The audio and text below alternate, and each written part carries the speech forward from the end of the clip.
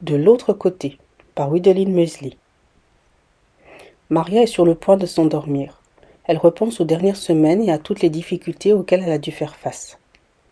Parfois, elle se demande comment se fait-il qu'elle tienne encore debout. Elle trouve son quotidien trop lourd à porter. Elle n'est pas suicidaire, mais il lui arrive de penser que la mort résoudrait une grande partie de ses soucis. Mais c'est une combattante, elle n'en serait pas capable. Une fois ses idées sombres évacuées, comme à son habitude, Maria revient à elle et se met à réfléchir à des solutions. Elle ne manque jamais d'idées. Elle a passé sa vie à affronter les tempêtes de l'existence. À force, elle est devenue une pro de la survie et du plan B. La facilité, elle en rêve, mais pour l'instant, il s'agit d'un mot qu'elle ne sait pas encore épeler. Soudainement, Maria se réveille. Elle est trempée de sueur. Sa lampe de chevet est allumée. Hier soir, elle s'est certainement endormie avant de penser à l'éteindre. Elle vérifie l'heure. Il est 5 heures du matin. Elle a la sensation d'avoir fait un rêve particulier. Mais malgré ses efforts, il lui est impossible de s'en rappeler.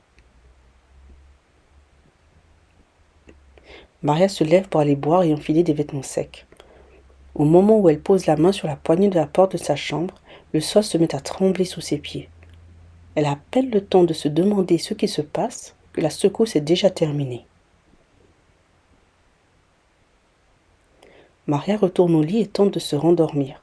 Mais à chaque fois qu'elle ferme les yeux, elle a la sensation que sa tête tourne sur elle-même, comme si elle se trouvait à l'intérieur d'une boule en train de rouler.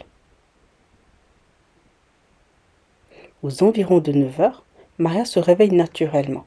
Elle se prépare et commence sa journée sans repenser une seule seconde à sa drôle de nuit. Depuis cette nuit, Maria ne s'en est pas rendu compte, mais au fur et à mesure des jours et des semaines qui ont suivi, tous ses problèmes ont trouvé une solution.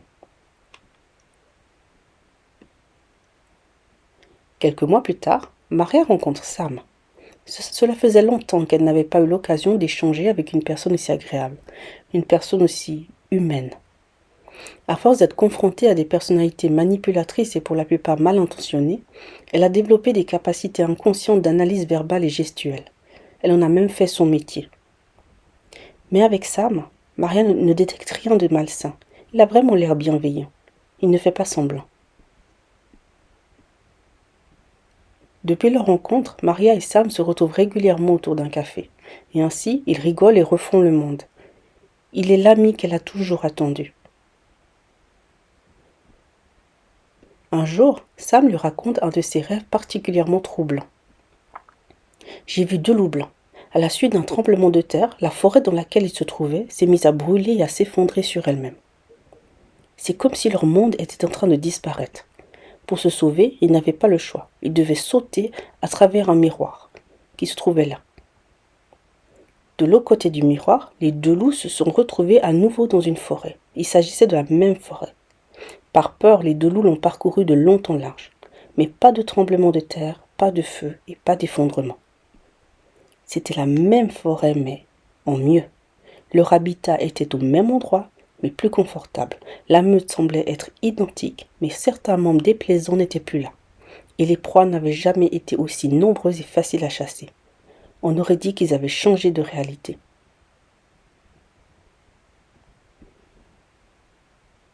Sam a terminé de raconter son rêve. Maria, troublée, les yeux écarquillés, le regard fixement. Pourquoi a-t-elle l'impression de connaître cette histoire? Comme si elle l'avait elle-même vécue.